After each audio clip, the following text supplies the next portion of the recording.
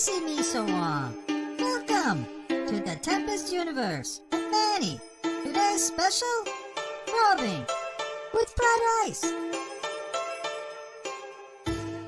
China.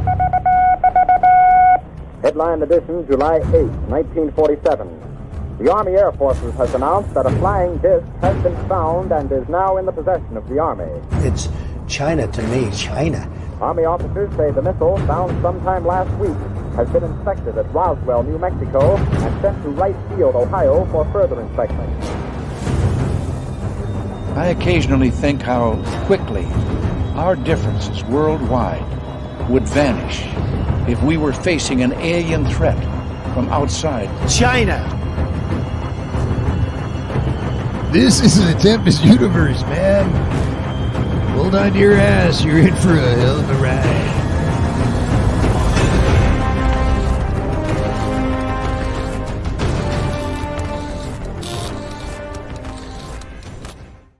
Welcome back to another episode of the Tempest Universe, and today we have a special guest. And let me just let you in on a little bit of our special guest here, W. Wallace Wagner Jr. He's an author of the book Within Grasp. Now, inside this book, you're going to find some truths, some things that he has discovered, and a lot of it dealing with a topic that we've been privy to thanks to a few people, and that is the Tic-Tac UFO. But we'll let Wallace tell that story, or Wally. I did get the permission to call him Wally, by the way. I'm privileged. But I do have to say this. Wally comes from a background that many of us have taken. You know, Wally, would you say you're a regular old Joe? I would say that's pretty much hitting the nail on the head. Right, because you had a pretty conservative background from what I can see. Yep, Southern Baptist and Southern Methodist. That is just incredible. And I don't want to get ahead of the whole conversation, but Wally, you have this book out, Within Grasp. But tell us a little bit about yourself before this text became a reality. Well, I'm from West Virginia, and so everyone will know, yes, I have mined coal before in a 36-inch coal mine. There you go. I quit school to do that back during the Iran embargo. I've been a manager of 2 Fortune 500 companies. I've done a lot of different things: mailman, water plant operator, farmer, banker, EMT, phlebotomist, laboratory technician. I've worked for the USDA and soil conservation and some other things. I never got fired, always did well. I would just get bored, no challenge, go get another job. I've always been fortunate to have another job. I'm happily married. I live in between Roanoke and Lynchburg in a little town called Bedford, Virginia, home of the National D-Day Memorial. Let's see, one son, one grandson, one granddaughter, and one great-grandson, one great-granddaughter. So, good size family. And one house cat by the name of Simon, who rules the roost. He's got him from the shelter. I'm an author now, of course. I wrote my first book in 2020. Immediately after, well, almost immediately after seeing the craft. That's more scientific. Its name was Crossing the Crevice.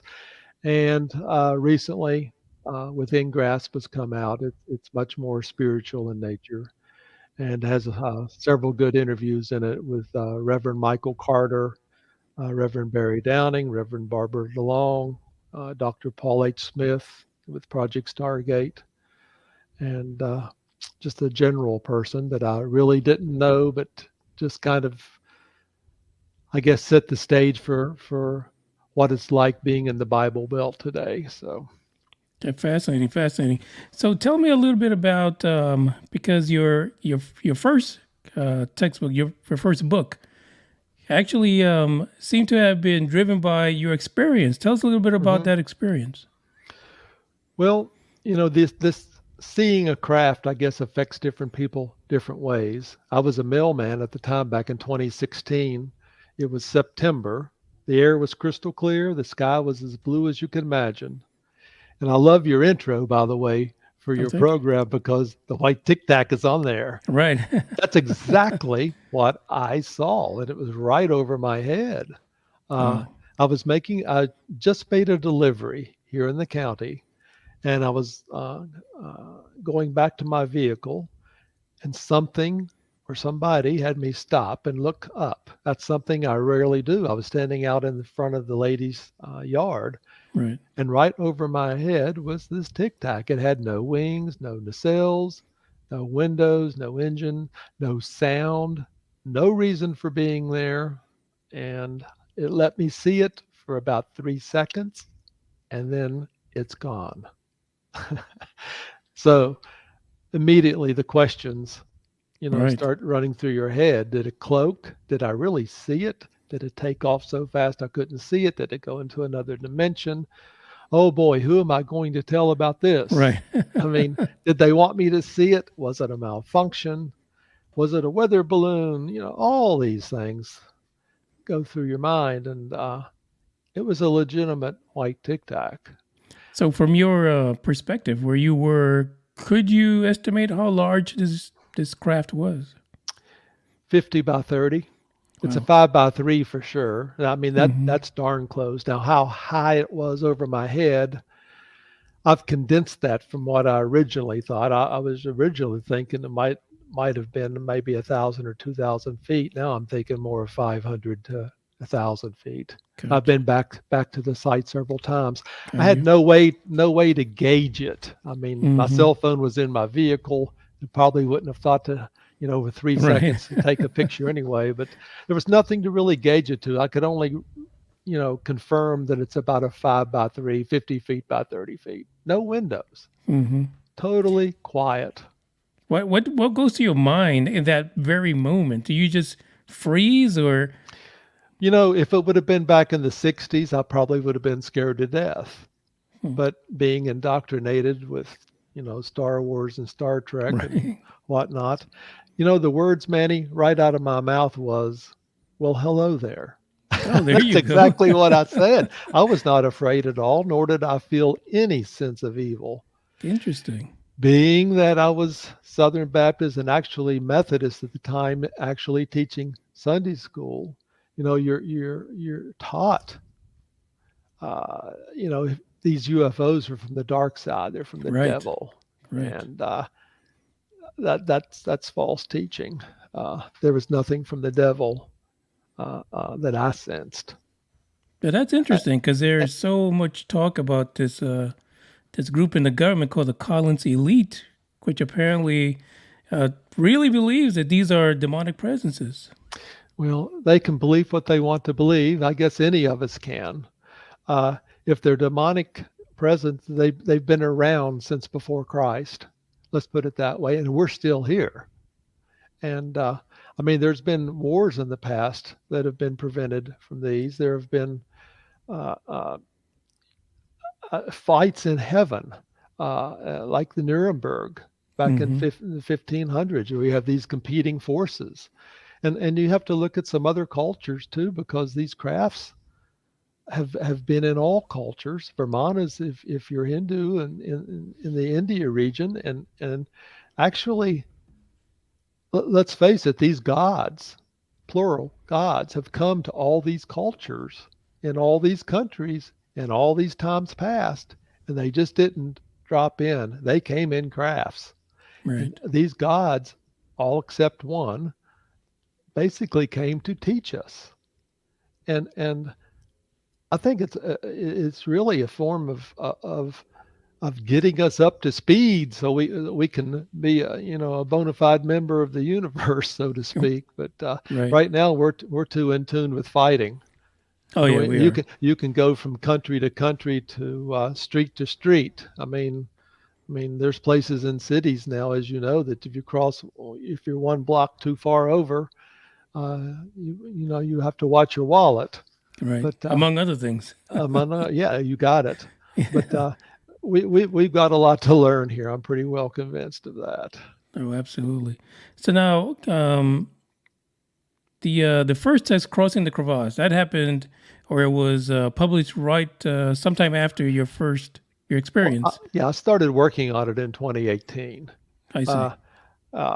I retired in late 2016. The mom had stage 4 cancer, so that took my time for about the next 14 months after that. And then right after that, I started writing it, and it was about a year and a half putting the information together. It's a pretty good effort by yours truly. It's scientific. It has a dictionary. It has the full bibliography. It has color pictures if you get the color book.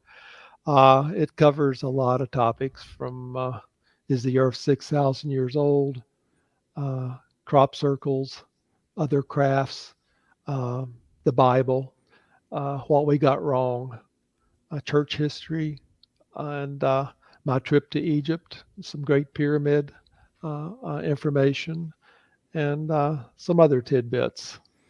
So is this, I guess the only way to put it, was this your exploration into trying to explain what happened, what you saw?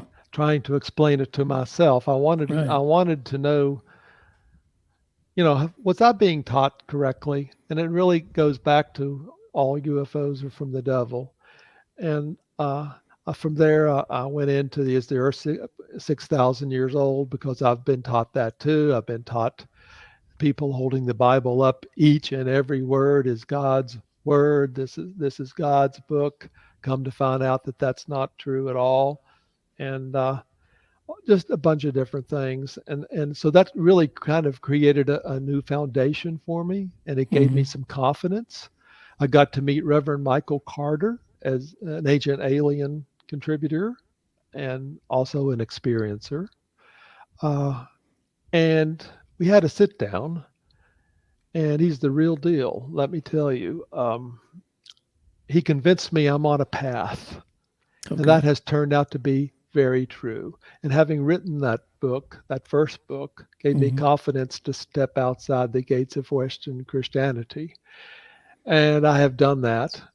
And I found a lot of new truths since leaving the flock. And I'll never go back. I can tell you that right now. But one of the first things I really found out was learning how to meditate.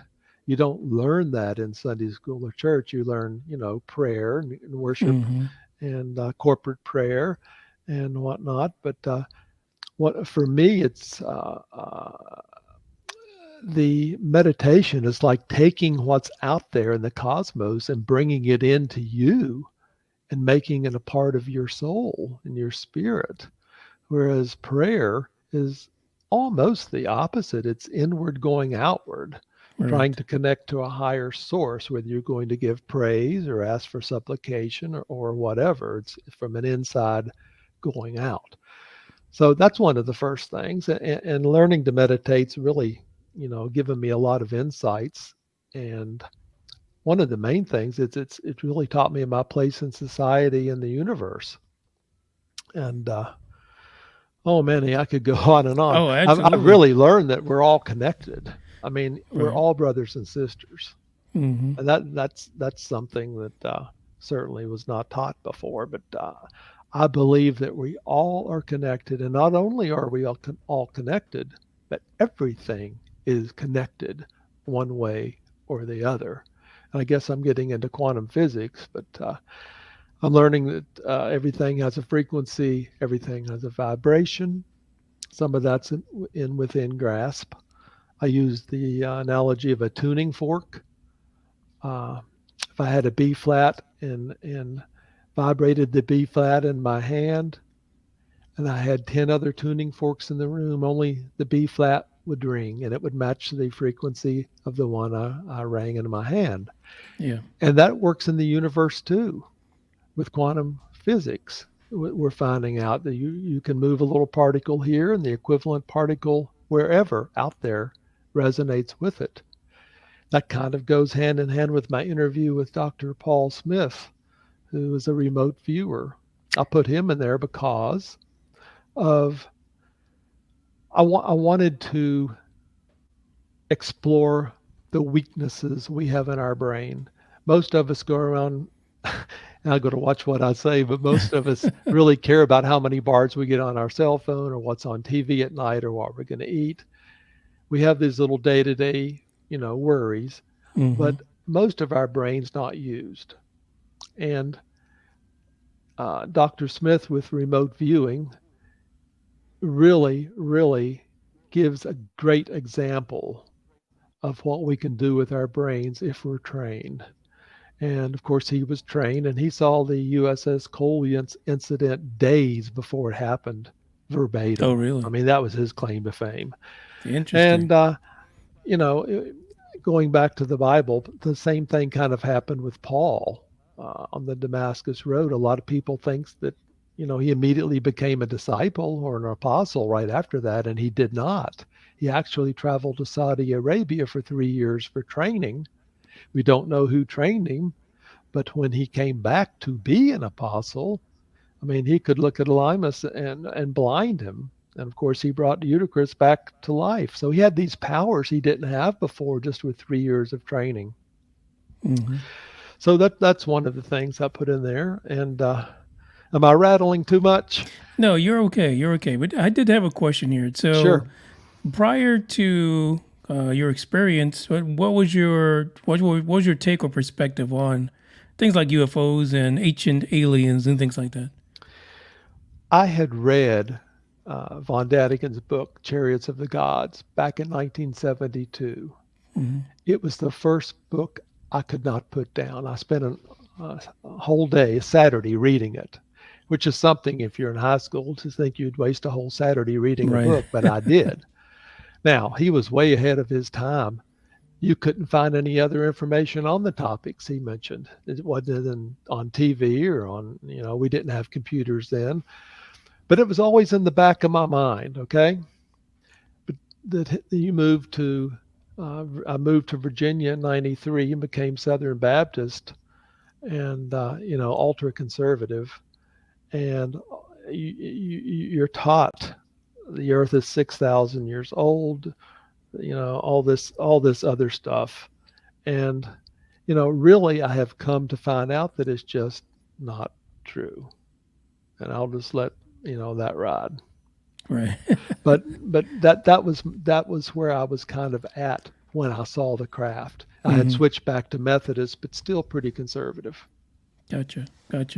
So you complete your book, Crossing the Crevasse, and what was it that you gained from all that research and talking and interviews with folks that are in the topic?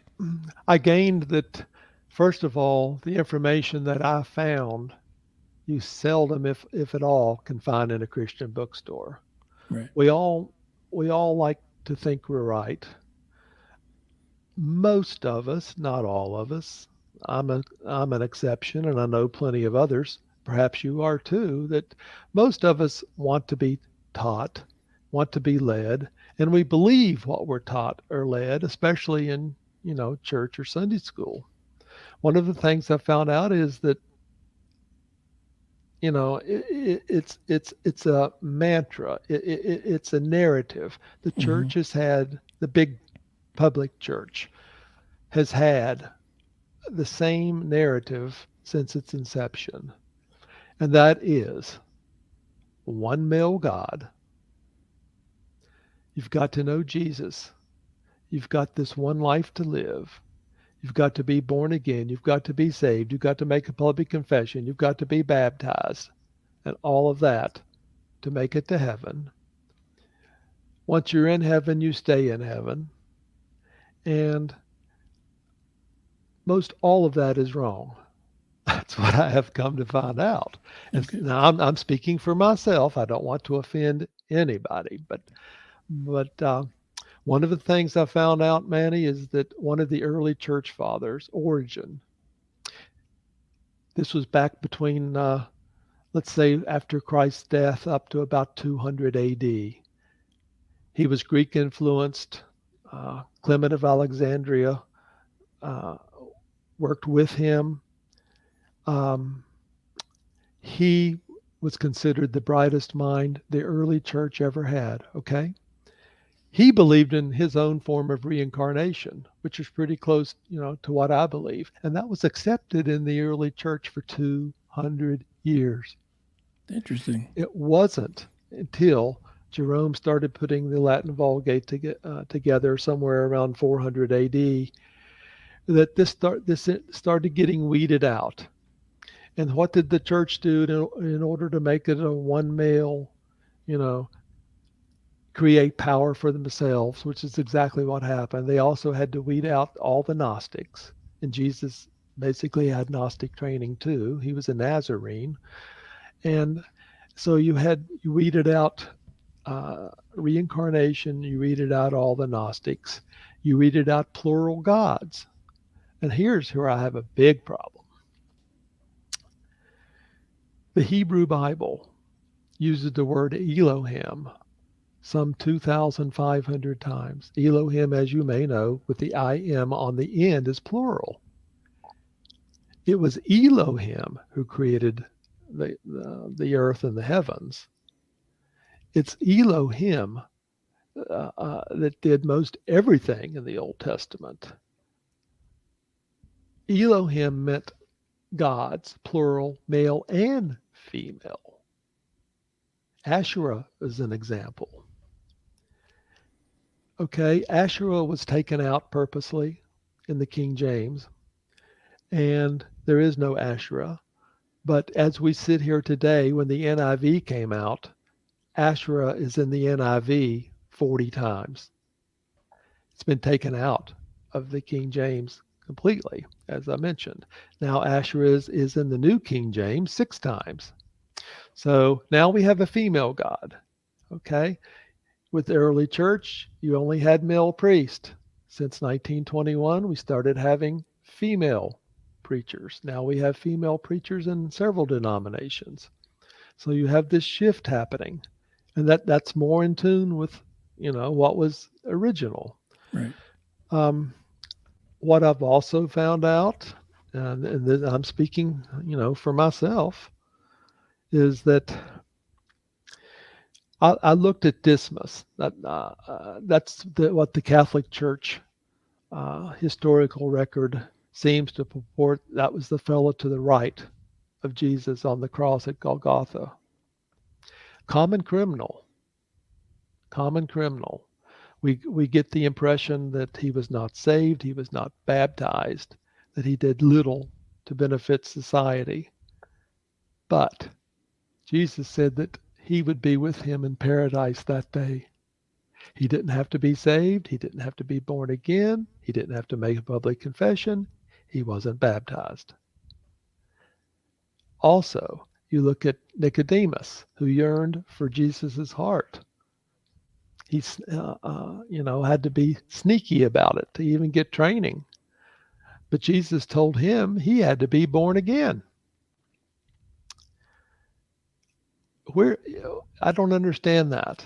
Okay. The only way that makes sense to me if he's talking about born again as in literally born again. And then you look at who was John the Baptist. Jesus' own words. I'll tell you, if you can accept it, he was Elijah who was to come. Elijah who was to come. And so we have a little remnant of reincarnation there. But my point is that I believe that we all go to heaven, and we all have a guide. When we die, we meet that guide. We're all in heaven. This heaven is a spiritual world where we have friends on our own level. And this is stuff you're not going to get in church and Sunday school, but you'll be able to, let's say, envision and really know what you've said and what you've done to other people from the recipient standpoint. That's where this is really a learning and teaching situation. My God is full of love and of light and is total spirit. Those are 3 attributes that I have learned that I focus on. And this is part of being in spirit. So what happens once you learn this? Is life over? Are you walking on golden streets with God wiping the tears from your eyes like you're to believe in Sunday school and church? I'm Right. afraid not. We've got a long way to go. Mm-hmm. I've been alive many times. I will be alive many times later. So that's part of reincarnation as we continue to, let's say, enhance our consciousness. The point of being here, I've learned, is to learn to love each other. That's the total point, because love permeates everything. And when I say everything, I mean everything, everywhere. Our God is love. So I think I just kind of ruled out the common belief of hell, which was really nothing but a fire pit called Gehenna outside Jerusalem, which got transformed kind of, sort of, into hell. But my point being, this God of total light, total love, total spirit is very, very full of grace and mercy. And we are on a learning path. Everyone makes mistakes. We don't get it right in this one lifetime. Okay? We ourselves are on a path to become more like Jesus, or to become more like the Father. And if the Father is truly just spirit, then he is omni everything and full of love and grace. So we've got a long, long way to go. Right. I know agree. I have a long way to go. And I've been asked before, Manny, how do you know when you're there? And I can only say what my gut tells me. Looks like my screen froze there for a second. And that is, you'll know you're there when you don't have any negative thoughts coming into your brain, and you don't have any negative comments coming out of your mouth. And you know, maybe at that point we would be more like Jesus. But Jesus is my mentor. He's my brother. I don't view him as my God. I view him as a teacher. And I know that kind of flies in the face with what you're taught in church and Sunday school. Well, he's God. He's part of the Trinity. He's Savior. Well, I don't even believe in the Trinity. Where am I in the Trinity? The Trinity is just talking about his Father, Jesus, and the Holy Spirit. Mm-hmm.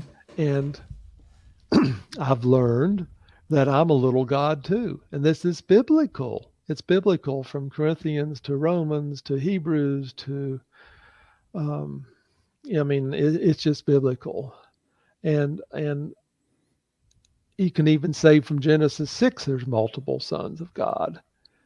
But we have this Apostles' Creed that says Jesus Christ, the only Son of God. So it's things like that that I have come to realize has been in existence since the church was created. The church was created to give itself power and control. That's exactly what happened. Exactly what happened all through the medieval times, the Middle Ages, all the way up to the Protestant Reformation. The church got so powerful. You know what happens with power? Corruption and greed. That's right. It got so you could buy your salvation. Mm-hmm. Buy your salvation. And, you could even buy your salvation for a sin you were going to commit 2 days in advance. You Right. just put in a little more money. Exactly. And once the Protestant Reformation came about and we got Bibles written in German and English, we've learned that it's really full of grace. And to say that the church had a monopoly is really an understatement, because Jerome wrote the Bible, in Latin. Nobody could read Latin. Latin was just for the elites and for the priest. The commoners, they didn't read Latin. The poor folks, they didn't read Latin. So you had to believe everything the priest, taught you or told you all through the centuries. Right. It's not And that you had way. to accept It's their not that way translation. anymore. Oh yeah. You had to go along with the narrative. So that's where we're at today. We have now 33,000. Yes, 33,000 different denominations that claim Christianity. They're all tweaked a little more or a little bit from the others so they can stand out. And I am now no longer religious. I am more spiritual. I call myself a spiritual being now, not a religious being. Um, I can go to church. I still go to church sometimes, but I can be any church I want to go to. I can be Presbyterian, Lutheran, Methodist, you name it, Disciple of Christ, Baptist. I can be whatever I want to be when I want to be. So The do you thing think that is, this, yeah, go do you, ahead. do you think this evolution in your beliefs, that all stemmed from your Tic-Tac experience, or was that something already in the works for you? Nope, it all stemmed from the Tic-Tac experience. I would have, if I had not seen the Tic-Tac, I would still be full-blown Methodist, probably still teaching Sunday school, singing in the choir, covering for the preacher when they weren't there, things of that nature. Most definitely that would have been the case. Having seen the craft and having done all my homework with the first book, as I said, it just put me on a path. And what I have found on the path since then has just been so eye awakening. It's been freedom. It's been enlightenment, and Right. it's been comforting. And I don't know what else I can say on that front. Is really Yeah. words are hard to describe.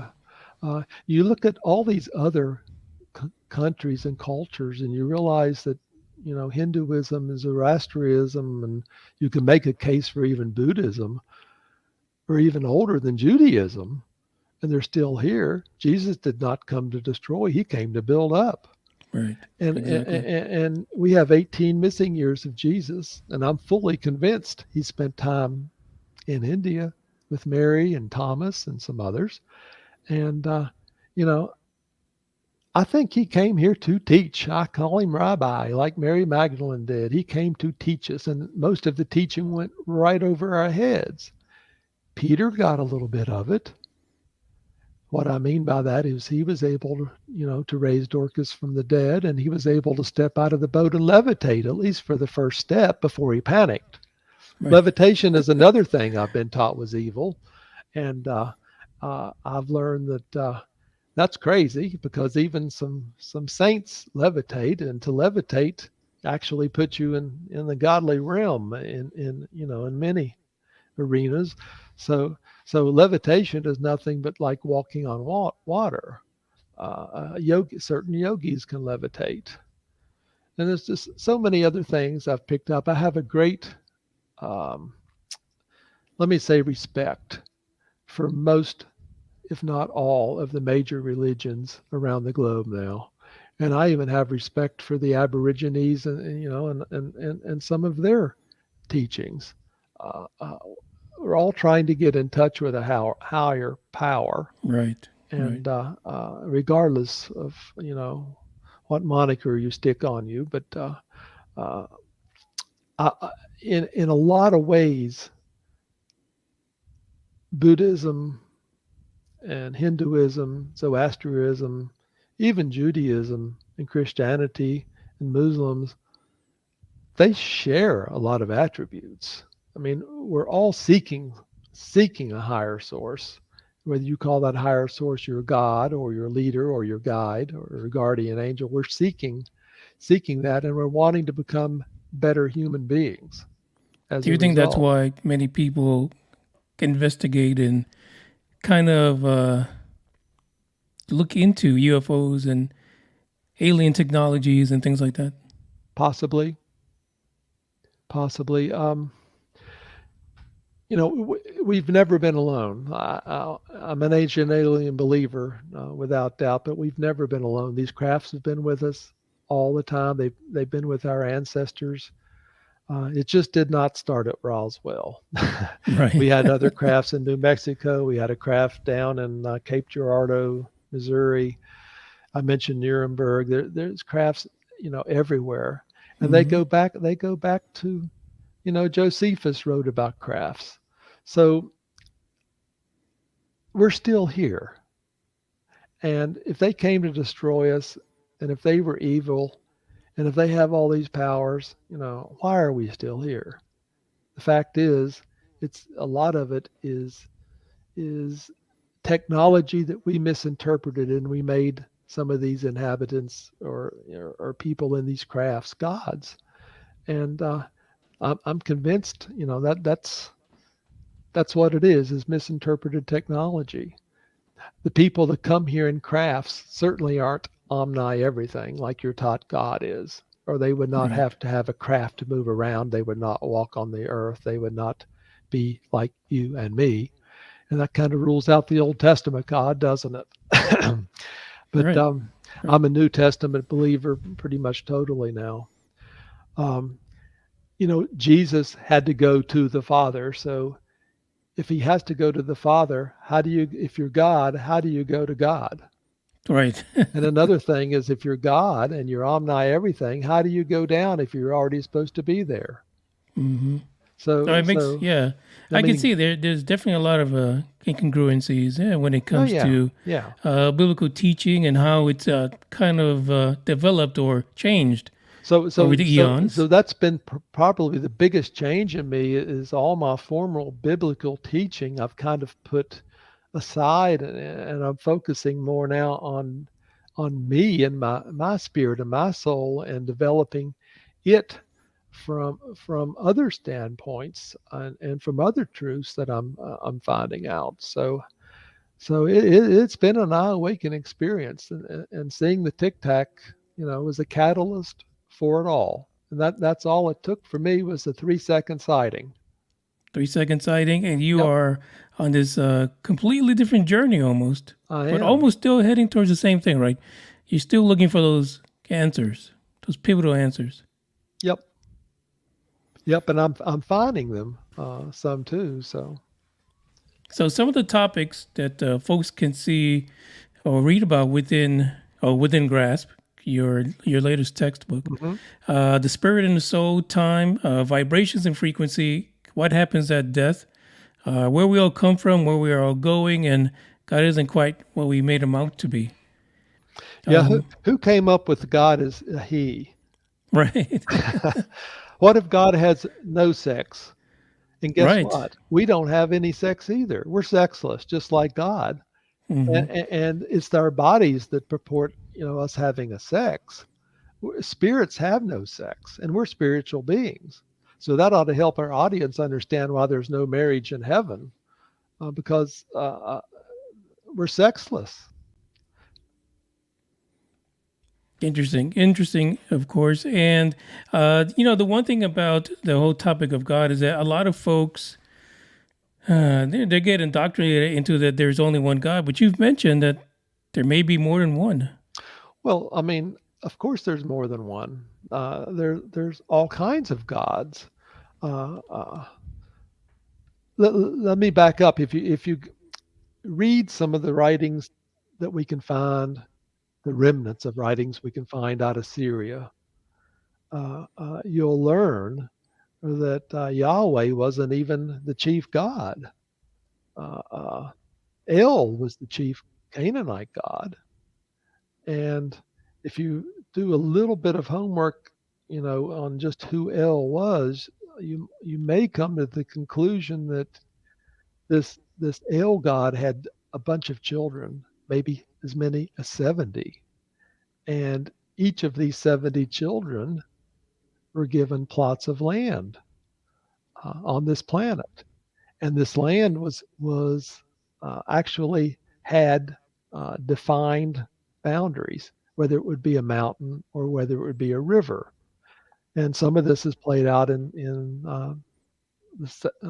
Joshua, I believe, where you crossed a river. You have to leave your existing God behind and accept the new God as soon as you cross the river here. And this is played out in a lot of places in the Bible. For you consider Marduk, you consider Baal, you consider Ishtar, Asherah, who I mentioned. All these are other gods, and this Yahweh God, if you do a little homework on him, you're going to realize that he was either the god of the Kenites or the god of the Shasu. The Kenites were a copper smelting group into metallurgy, which was big back then. And the Shasu was basically a group of cattle nomads who claimed Yahweh as their God. And that's even depicted on some hieroglyphics in Egypt. But Yahweh was just a local God who came in a craft, who walked on the earth. But it's funny what sticks on the wall. We've turned it all around, and as this is morphed, Yahweh has become Jesus's father, and Yahweh has become the God of the universe, which is omni everything. And we stick our head in the sand when we realize that he walked, when he murdered all the Hittites and Jebusites and all those people that on their own land en route to uh, Canaan, and they were killed, women and children, and on their own land. They weren't indoctrinated. They weren't put in prison. They weren't given new land. They were just murdered. And you consider that God is jealous. You consider that God had to be carried around in a box to win wars. You consider that he scared people into submission with lightnings and thunders and boils and snake bites, and the list goes on and on and on. And that's not a God of love. That's not a God in spirit and light. Uh, um, that's a local God who came in a craft, who constantly caused thunders and lightnings. And wherever he went, he had a consort, and that consort may have been Asherah herself. Asherah was venerated as a female god in the Jewish temple, Rehoboam, during that time. And there's all kinds of uh, artifacts that have been found to support that. So, So this is a lot of the information that folks can find within the book, within Grasp, as far as these discussions. But the take on these different books of the Bible and things like that. Yep, and the Bible, I have found out also, is full of UFOs. Let's get into that a few minutes. When I was teaching Sunday school, which I did for a few years, we would make a joke that anything that we wanted to know that was specific, that was a little bit off the wall, you're not going to find that in the MacArthur Bible, because he avoids anything that doesn't fit the agenda. Example, UFOs in the Bible. They're everywhere. You consider Elisha. He had an experience with cloaked crafts in Kings. You consider Judges 5 with the song of Deborah and Barak. Let me mention that. Verse 20, for example. The scars fought from heaven. From their paths they fought against Sisera. And a little bit later, curse Meroz, said the angel of the Lord. Utterly curse its inhabitants, because they did not come to the help of the Lord. Boy, you can read a lot into that. Right. Since when does the Lord need help? Right. And what is Meroz? And how do stars fight from heaven? Remember, Hebrew only had 7,500 words. English language, close to 171,000 words. You have to look at Hebrew words carefully, because they'll have multiple English words to attach to them. But let's look at Meroz. What's Meroz? All the theologians would tell you, well, not all, most theologians would tell you, it's got to be a geographical place, probably outside of Jerusalem. Okay? Because that fits the agenda. But nobody can tell you where it is, when it existed, how big it was, or anything. They just throw that on the wall, that it must be a geographical place. Well, guess what? The Zohar, the Talmud, certain rabbis like Rabbi Kaplan, Rabbi Schneerson, they have news for these theologians. Meroz is a celestial planet. It's not a geographical place on Earth. It's a planet. So the inhabitants of that planet did not come to help the Lord. And that planet is one of 18,000 planets that this God looks after. This Old Testament God looks after. And if you read the Assumption of Moses, which is referred to in the Bible, it's in the appendix of Crossing the Crevice, my first book, you'll learn that Jesus's time here on earth was deemed and construed as a visitation, that he was just here as a short period of time and then had to move on. And we get that in John 14 because he had to leave and go to the Father. So they were just here a short period of time and they're gone. So many things I've learned. 3 words specifically. Spirit, for example. When you read the word spirit in the Bible, look at it closely. It may mean literally a spirit that you can't see, or it may mean a craft. And by that, I get that from Zechariah 6. When these spirits or these chariots of fire, which are crafts, come from out from between these 2 brass mountains, we're taught that they are spirits. And these spirits are sometimes chariots and sometimes chariots of fire. Same thing with glory. You're taught that glory must be the radiance of God because he's so good and so full of light and whatnot. It's his glory. It's his presence. But glory is actually something a little different. It's a focused beam of light.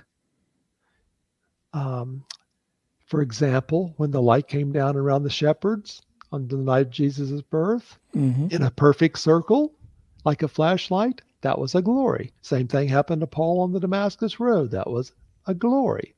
These glories stream. Second verse of Silent Night.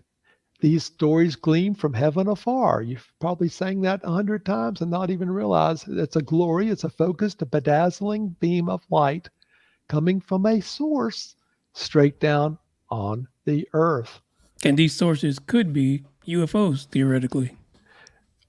Well, they're not unidentified. Let's just say UAP. That's the new age term UAP, now. right. Yeah, let's say UAP. Yeah, that's where the lights come from, without a doubt. And look at all the old pictures. I've got a lot of the old pictures in Crossing the Crevice, the first book with crafts. There again, they go back to the 1st and 2nd century. You'll see crafts. They're in all kinds of pictures and tapestries and petroglyphs and whatnot. Stars is another good thing. Stars don't move erratically in the sky. Anything that was a light in the sky was considered a star back then. So that's just something to keep in the back of your mind. There was a theory that I came across at one time where I guess the main idea here is that because there's possible UFOs in things like the Bible and things like that, that possibly these events were being guided by an ancient alien or someone from another planet or something like that. Could very well have been. Sure. Look at Ezekiel. Sure. Even Gabriel flew in chapter 9. He flew in swiftly. He just didn't fall from the sky or flap his wings. I know I've had some people say, well, they think that he was an angel and flapped his wings.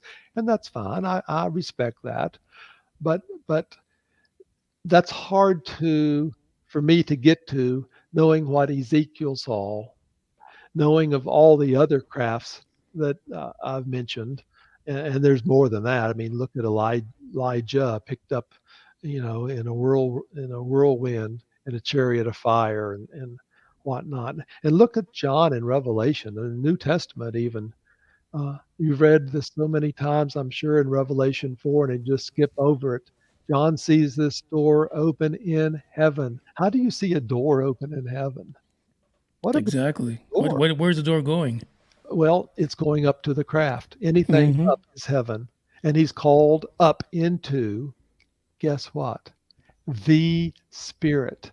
Not called up in spirit, called up into the Spirit. And that is in every translation, including the Koine Greek.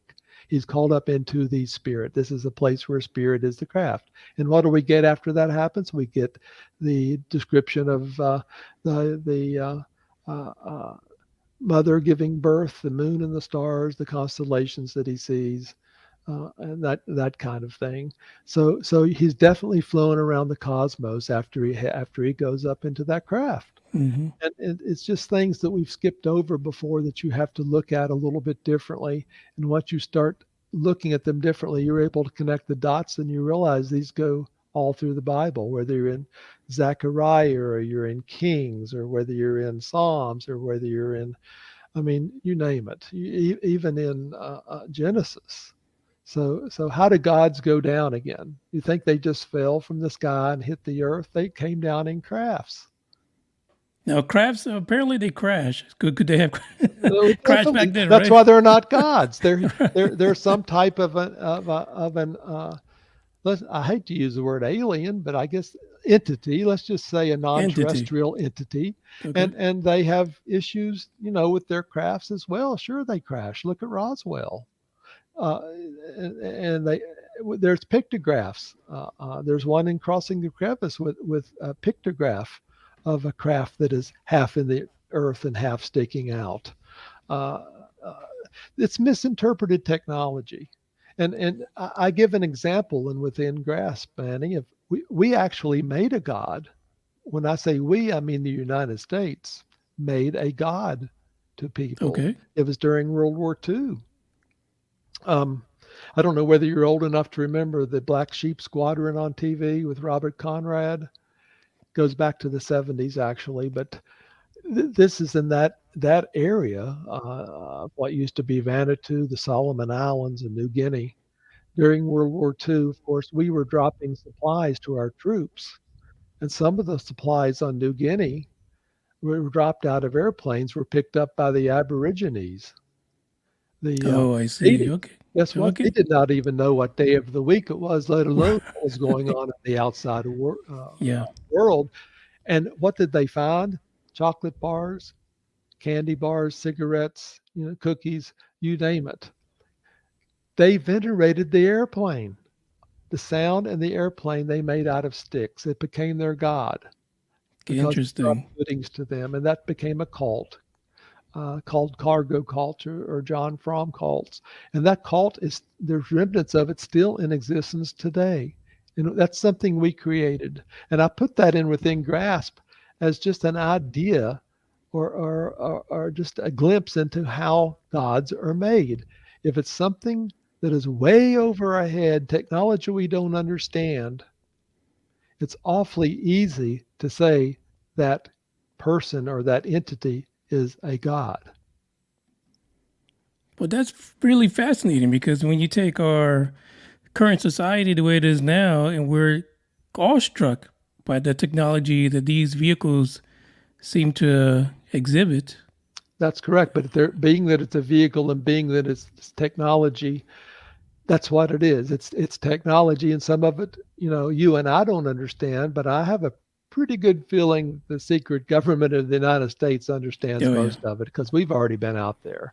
I look at Ben Rich, and I try to get his name out there all that I can.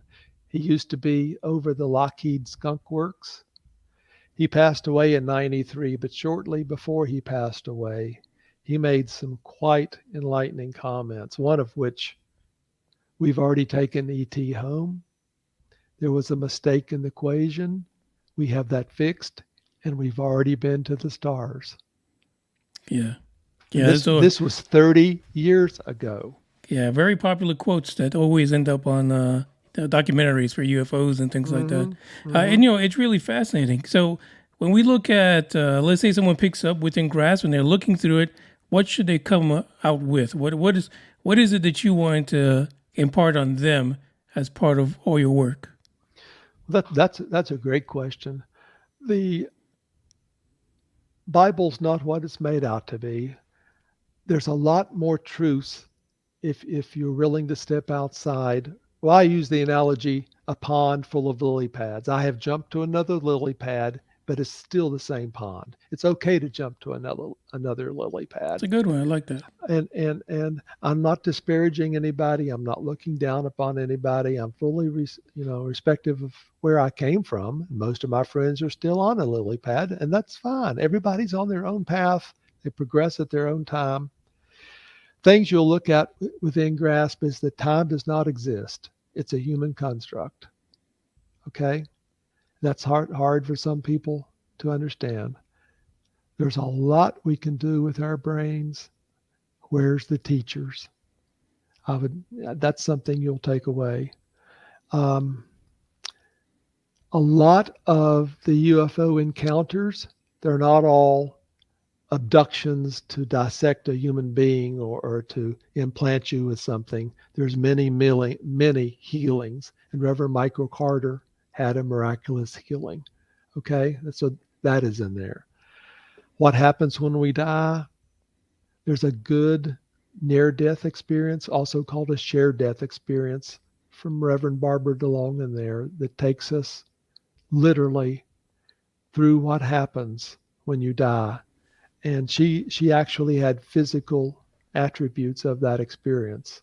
If you'd like, I can share it now. I don't know how the time is holding out, but oh, sure, we definitely got time. Well, she had this friend that had cancer, and they both knew she was going to die. It was about 3 o'clock in the morning. Barbara woke up and found herself in bed. Okay. Let me back up. She found herself in a tunnel. I'm getting ahead of myself. She woke up and found herself in a dark tunnel. In that tunnel was her friend. They looked at each other face to face. And finally, Barbara said, "Well, I guess you croaked." And her friend said, "Well, I guess I did." And they're standing there looking at each other. And all of a sudden, in the distance comes this dog. And the dog comes running up to both of them and starts licking them, literally, in the face. And Barbara's friend says, "Well, this is such and such." I forget the dog's name. That was one of her best friends and that she had in her lifetime. Mm-hmm. And there's nothing to worry about. So they were standing there with the dog licking them. And then all at once, in the distance, the friend sees a few family members in the distance. And the friend realizes that she needs to go. And she asks Barbara to go with her. And Barbara says, "Well, I can't go. I still have unfinished business to do here on Earth." And so the friend took off down the tunnel. She realized she could move. And she just took off down the tunnel towards her friend. And Barbara woke up in bed. This is where I was getting ahead of myself. And she found herself covered in dog slobber. Oh, wow. Now, that's a physical attribute of a shared death experience, and she's not the only one to have had that. So since I have written Within Grasp, I'm still on my path. I still have not seen the end, and I'm still discovering new truths. I've spent quite a bit of time myself studying near-death experiences and shared death experiences since I've even written Within Grasp, and found out that they're very, real. I've read a book called Journey of Souls by Dr. Newton.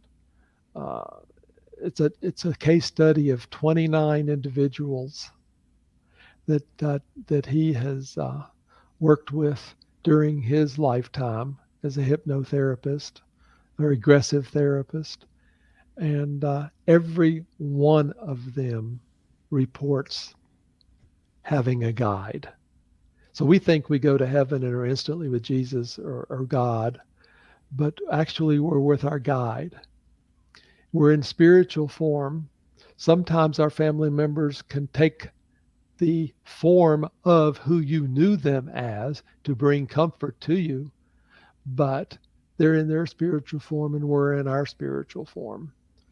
And we're taught very much like being in school. You might sit around at a table and you might have your 3 best friends with you because you have best friends in the spiritual world.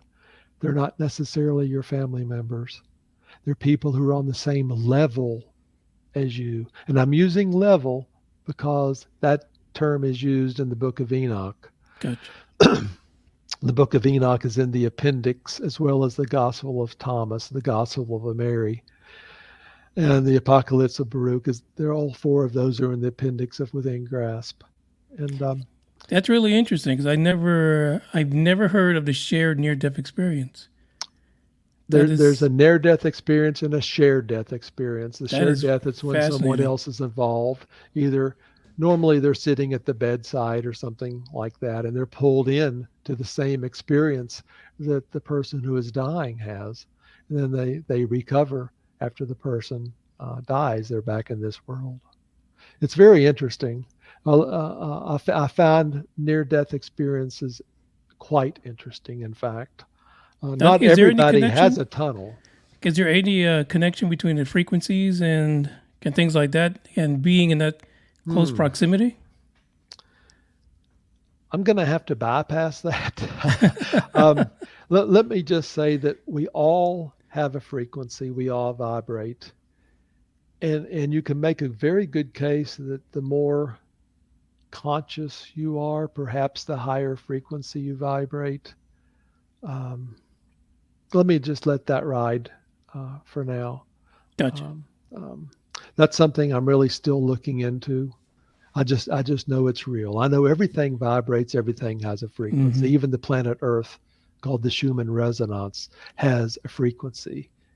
And something like quartz has an ultra high frequency that you can even insert DNA into. Quartz has a frequency perhaps as high as 100,000 hertz. So, Yeah, I think so a that lot of was that is within grasp. yeah, and I'm glad it's in there too, because actually the last week that I've been on vacation, it's for some reason I was drawn to things dealing with meditation and frequency. I've been researching it. It's fascinating, but coming again from someone that's raised as Christian, it's hard to believe that stuff is even real.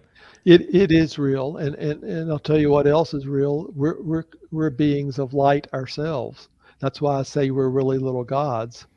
If you're in a high state of meditation, seeking what the Buddhas would say nirvana, we actually create light. Our bodies create light. We create and give off photons, and that tells me that we are creatures of light as well. We're just not as evolved or as conscious as perhaps Jesus. Right. And we have the transfiguration.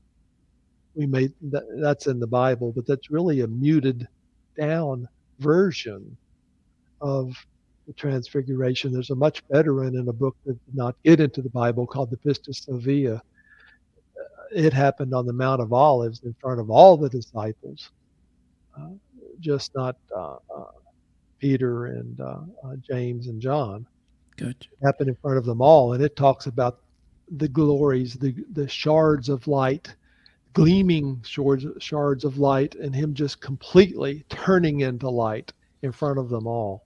It's remarkable. And being that he's half human, and being that we can create light ourselves, then it just tells me that we are yet babes. Yeah, it's like I said, a lot of stuff I came across is almost fantastic. It's almost unbelievable. But so many people experience these things when they're delving into things like frequencies. It's just fascinating. I do have a question here about Exodus 22:21. And what are your thoughts on that verse? Refresh my verse right offhand. It's what that is, 22:21. Is that Yahweh? Not really sure. Well, let's look it up real fast. So while you look that up, I'll remind everyone that we are here today with Wallace Wagner Jr. His recent book, Within Grasp, kind of takes you into these topics about the Bible and the books of the Bible and how things may not seem as they were when you were a child and learned from Christianity and things like that, especially after you have questions when you have an experience with the Tic-Tac. Well, if it's 22:21, Exodus, right? Yeah, I think he says something about respect aliens. Yeah, you shall not oppress a stranger nor torment him. And I guess I'm reading from the NASB, the New American Standard Bible. I'm sure Strangers probably translated differently in some Right. other translations. That could be interpreted as an alien, or it goes hand in hand with always be kind to whoever knocks at your door because you may be entertaining an angel unknowingly. Be kind to everybody. I mean, again, that's our purpose for being here on this planet. I'm fully convinced is that we are here to learn to love each other. And that goes hand in hand with not only Christianity, but most of the other religions as well. Right. Learn how to love. Yeah, it's fantastic. Well, before we let you go, we do want you to, as they say, opine on the most horrible, most frightening word that one could ever come across, and that is disclosure from a government source. Oh, boy. Yeah, what are your thoughts on that, especially with everything that's going on right now? My thoughts on that, Manny, have morphed a little bit. Okay. I told George Norrie that I really did not know, and I was on his show before, Coast to Coast. But I've recently, I have decided that we're not ready, and that's from talking to so many people, and just watching even what happened with the bank fiasco here recently. Let me explain a few things. When disclosure happens, it's something that we really just can't ease into. I mean, it's either there or it's not. It's Right. either a new set of physics or it's not. It's either we've been hoodooing you all along, and now we're coming clean. There's no getting around it. And we live in a capitalist society here in the United States of America, capitalist republic. The dollar we consider to be legitimate. Most of the oil around the world is traded in dollars, not all, but most. And China's starting to make some inroads now with their yuan. Right. But most everything is based upon energy. Our economy, the number one variable in the equation as to what makes our economy tick is energy. And that's whether it's making automobiles, making steel, oil, gas, even coal, wind, solar. It's energy. That's what makes our capitalist society tick. What happens if we have disclosure? People will panic because not everybody is as adept as you and me and have open minds as we do on accepting other beings out there and accepting other gods and expecting gods that come here in ships and all this misinterpreted technology. How do we handle free energy? How do we handle free electricity? How do we handle anti-gravity? How do we handle traveling faster than the speed of light? Instantly, we wouldn't need all the stuff we have now. People would panic. They would go to the grocery store. They would take out all the food. They would go to banks and try to take out all their money. The banks would have to shut down for days. We would be in crisis mode. These aliens don't look like God, but yet they've been taught, and we've all been taught that we look like God because God created us in his own image. And by the way, I put an image of an alien gray in Crossing the Crevice, my first book. And it's quite interesting on what I put in that one chapter. I devoted a chapter to it. But we have all this turmoil, and it's not only going to be in this country, it's going to be in other countries as well. Turmoil based upon all this technology people don't understand. And so we have this national emergency. What happens in a national emergency? People flock to church. That's when you're going to see churches overflowing. But it's going to be different this time. Right. Because theology is going to be turned upside down in a heartbeat too. It's all going to have to be rewritten. and they're going to have to come clean. The Vatican's going to have to come clean. Vatican has secrets, and they're locked away in the basement under lock and key. A lot of this stuff they've known, but it's gone on so long. How do you get the egg off your face? So I don't think it's going to happen anytime real soon. Let me put it that way. We'll continue to get some drips like the white Tic-Tac, and the government now basically says they don't know what it is, and that's a step in the right direction in itself. But we still have crop circles that we don't understand. Anytime there's an enigma in our brain, we want the government to give us an answer instantly. Well, the government's not going to be able to do that like they did with crop circles. They're not going to be able to do that like they did with Roswell. This is going to be something different on a worldwide scale. We're going to learn that the universe is full of life. They're all not going to look like us. We're going to learn that different dimensions may exist.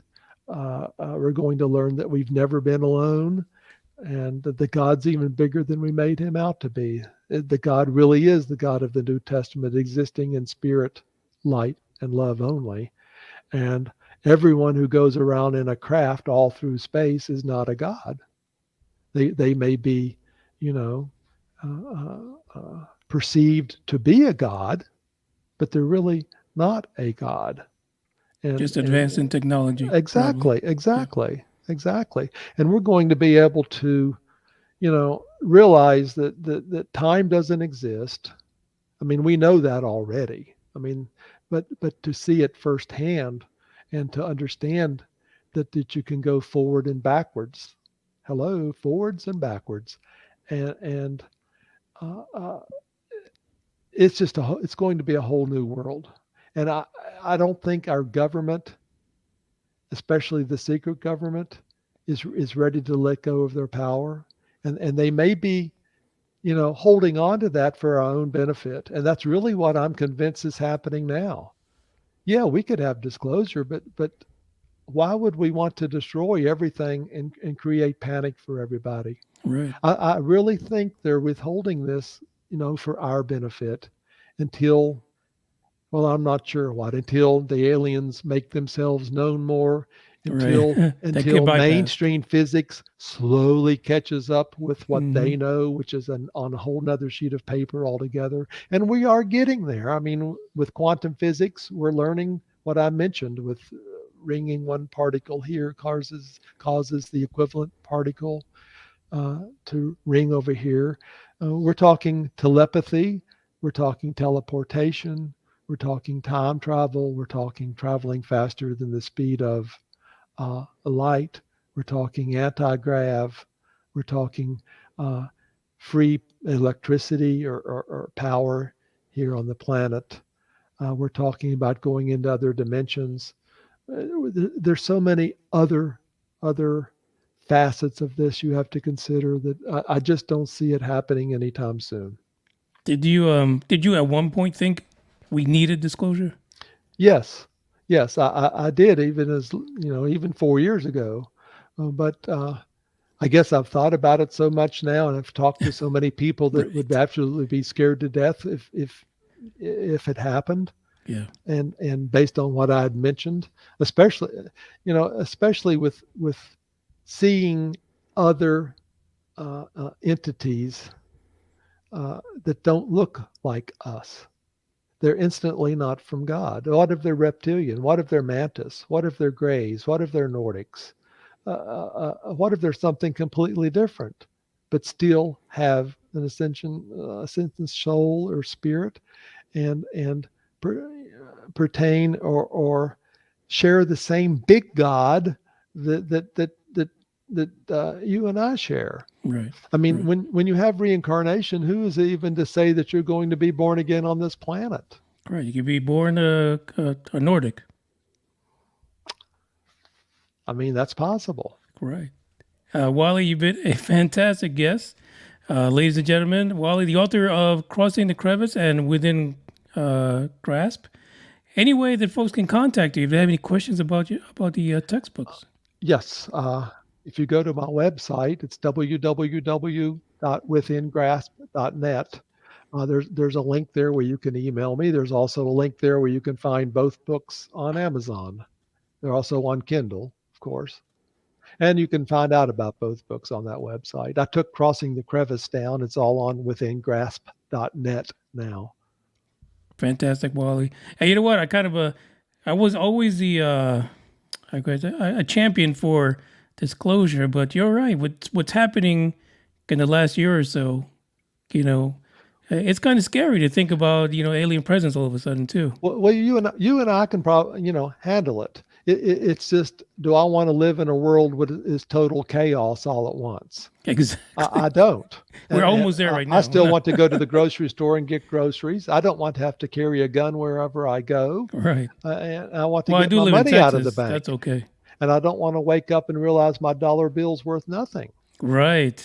Yeah, that's the new issue. You got it. Geez. Well, Wally, thank you very much for sharing your insight and your experience and your books. And hopefully we get to talk again in the future. Do you have any other books planned, by the way? I am considering a third one. Let me just throw that out there. I don't want to give too much insight into it, but it's going around in my mind right now. Fantastic. Can't wait till that's published. Thank you so much, Wally. I appreciate you being here. Manny, I've enjoyed it totally. The pleasure's been mine. Thank you so much. You bet. There you go, folks. That is Wally. And the book is Within Grasp. You guys check it out. The link for the Amazon location for the book is in the description of the episode, as well as you can replay this to get a little bit more insight if you are just coming across this video on what Wally has to share and has shared in the past, even his Tic-Tac experience. I thank you guys for listening today and watching. And this will be going into our audio-only podcast in the next few days. So thank you all very much for coming by and giving a chance to share Wally's insight on the topic. Ciao. I don't give a damn. I don't really care about you and your problems. I don't give a damn. You talk way too much. I have heard enough about you and your problems. I don't give a damn. I don't give a damn. Damn, damn. I don't give a damn. Damn, damn. I don't give a damn. Damn, damn. I don't give a damn. Damn, damn. You wanna be with me. You wanna feel something real, but I'm feeling differently. You're making plans to get to friends, but don't wanna face the fact that I ain't got time for that. Staying up late, sleeping all day, dreaming about Cadillacs. Buying new shoes, hanging by the pool, sipping on Coke and Jack. Calling my phone when you feel alone, but I'll never call you back. 'Cause I ain't got time for that. I don't give a damn. I don't really care about you and your problems. I don't give a damn. You talk way too much. I have heard enough about you and your problems. I don't give a damn. I don't give a damn. Damn, damn. I don't give a damn. Damn, damn. I don't give a damn. Damn, damn. I don't give a damn. Damn, damn. You're mad at me for not giving you comfort. You say that I'm away so much and now